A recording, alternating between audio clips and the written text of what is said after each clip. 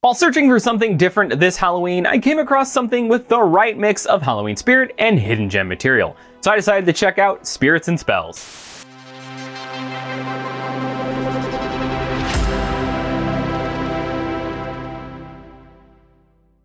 I'm always trying to keep my eyes open for new titles that could fall into that hidden gem category. Games from smaller developers, unique concepts, or something that came out at the wrong time and didn't get the numbers it should have. When it comes to games for Halloween, how many times can you play Castlevania, Resident Evil, or Silent Hill? The answer is a lot, obviously. But wanting to change it up, I spotted a name going down the list that piqued my interest. Spirits and Spells, or Castleween, is a game developed by Kalisto Entertainment for the PlayStation 2, then ported to the Gamecube by Wanadu, and reworked for the Game Boy Advance by Magic Pockets. Released in 2002 and 2003, this game about a brother and sister whose friends get their souls stolen on Halloween night has flown under the radar since its release.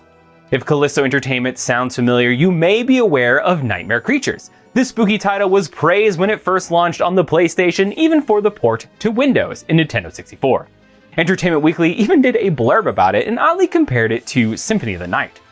Symphony of the Night scored lower though because Castlevania, despite a gallery of god-awful beasties, has a flat, dated look, especially when compared with Creatures' 3D gothic landscapes. Hilarious!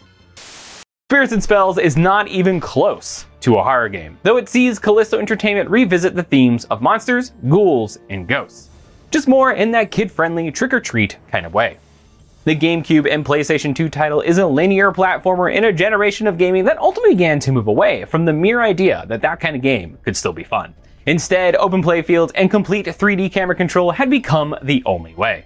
The Game Boy Advance game sticks to what the GBA does well, 2D platforming. It's unsurprising, but that's okay. Sure, they could have tried something like Asterix and Obelix XXL, but I'm not sure a warping pixel nightmare is the way to go, impressive as the tech may be.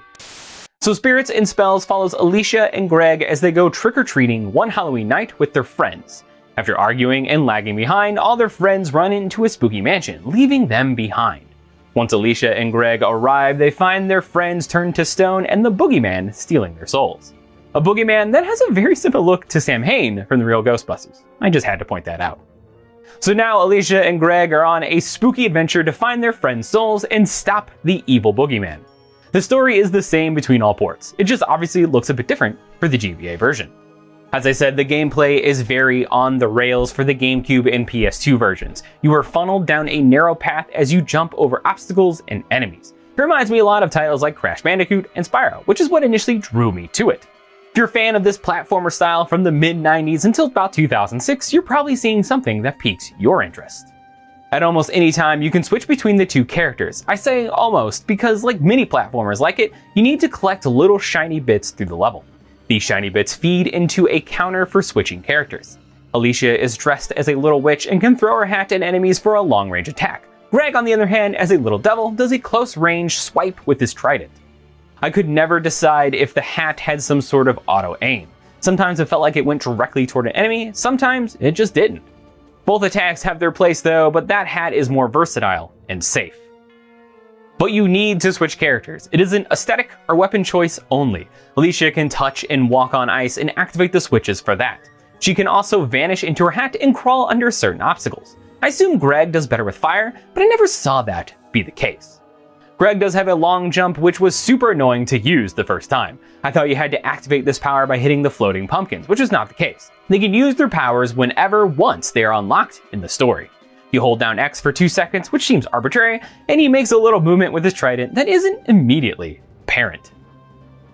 But at this point, as much as I wanted to like this title, it started falling apart for me a little before midway through. Things could be more polished, and it wears thin the deeper you get into the game. First off, the camera sucks, and there is just no way to adjust it. It is completely locked, and the choices they make for some of the views are atrocious. This camera makes jumps a little hairy when they shouldn't be. The platforming isn't fantastic, but it works well enough, but the camera can get in the way of an already mediocre mechanic. And when a platformer doesn't platform well, what's the point? Also, hitboxes could be more precise and more manageable. There's only a little feedback when you get hit, making all the more confusing. Plus, it's a one hit and you're pushed back to the checkpoint scenario. Lose all your lives and you must replay the whole level from the start.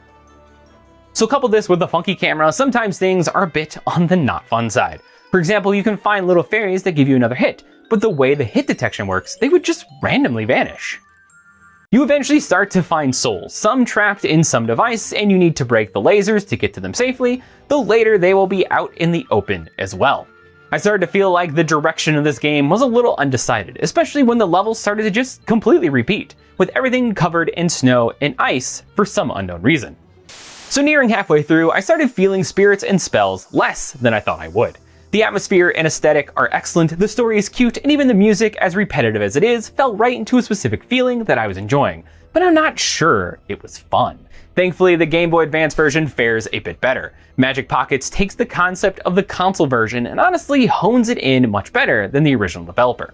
It is a 2D platformer where you move from left to right, collect items, find secrets, and fight enemies to complete each little stage.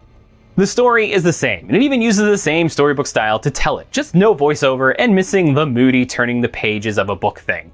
You play as the cute little witch Alicia or the little devil Greg, and after all your friends get turned to stone and have their souls stolen, you need to get them back and collect all the candy you can.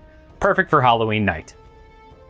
The gameplay is a lot tighter in this version of the game. While I'm sure not being 3D with a funky camera helps, it isn't like it is unheard of to mess up jumping mechanics in a 2D title either. One significant change is Alicia doesn't throw the witch hat anymore. Instead, she grabs it and smacks enemies with it. Greg still uses his trident. Alicia also now uses her witch hat to float. By contrast, if it's a long pit, Greg will fall to his doom. But Greg has a double jump. In addition, you now switch characters at special spots, usually near checkpoints, and you can change at will. So if you head down a path and realize you missed a secret, you can head back and switch characters again. The level design is straightforward and follows the beats of the console version of the levels. There is a little exploration to find all the items and secrets, but nothing is obtuse or constructed in a way that pulls you away from just going from the start to the end if you don't care about scores or finding all the items. Candy now plays a much more significant role outside of the story, and you have a certain amount in every level to collect. You still have the little shiny bits to collect, but they play a different role. Ghosts are also just spread through each level, again with a total amount you need to collect in each level. A little secret, they tend to lead you to little caches of candy. This version of the game also removes the one-hit kill scenario of the console version, which is so much better. Kind of like Sonic, as long as you have one shiny, you can take a hit from enemies, but they don't spill everywhere to recollect. On top of that, fairies still exist for that extra bit of protection.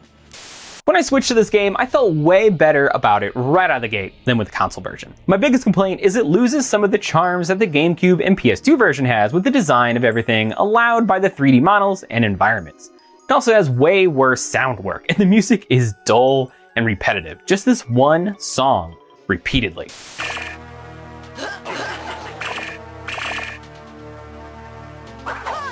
Honestly, can't say I noticed the GameCube music for better or worse, but it didn't take long in the GBA version for me to grow tired of hearing that song. But in the end, neither game lived up to the hype I built in my head. There are things I like about both. The Game Boy Advance version feels the best in mechanics and design, but the GameCube wins on aesthetics and charm. Of course, it doesn't help that the Game Boy Advance version has that same song through every moment, and it is so bright to contend with the original GBA model's lack of a backlight. The console version has the most issues though. Besides the complete repeat of the levels with a new coat of snowy paint, the camera murders certain parts of the game. There's this one section where you need to activate magic chairs and tables to make it up a level. And not only can I not see the platforms, but I also can't see most of the room. There are plenty of other parts where I missed easy jumps simply because I misjudged the distance because the camera was off to the side a bit. Tutorials at the beginning were dreadful as well, and if you got hit once since it was unlikely there was a fairy so early on, you had to wait for that stupid goblin to tell you the same thing again. The Game Boy Advance version only started feeling incredibly annoying towards the end. The levels had some easy deaths, and it got old after replaying the same levels that really aren't that long. Yes, I know get good or whatever, but the point stands. But the mad scientist boss, his attacks felt like they were designed for Greg, where I could double jump and attack him.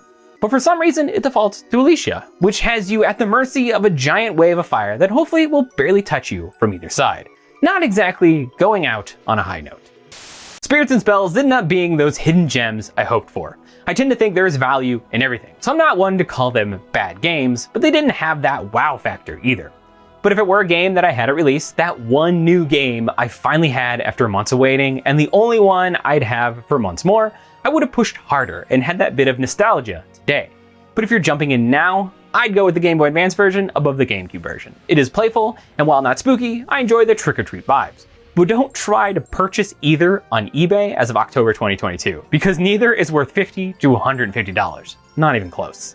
That's all for this episode of RetroActive. Let me know in the comments if you have any games you play for Halloween that aren't the usual fares, and let me know what you think of Spirits and Spells. Thanks so much for watching. I'll see you next time.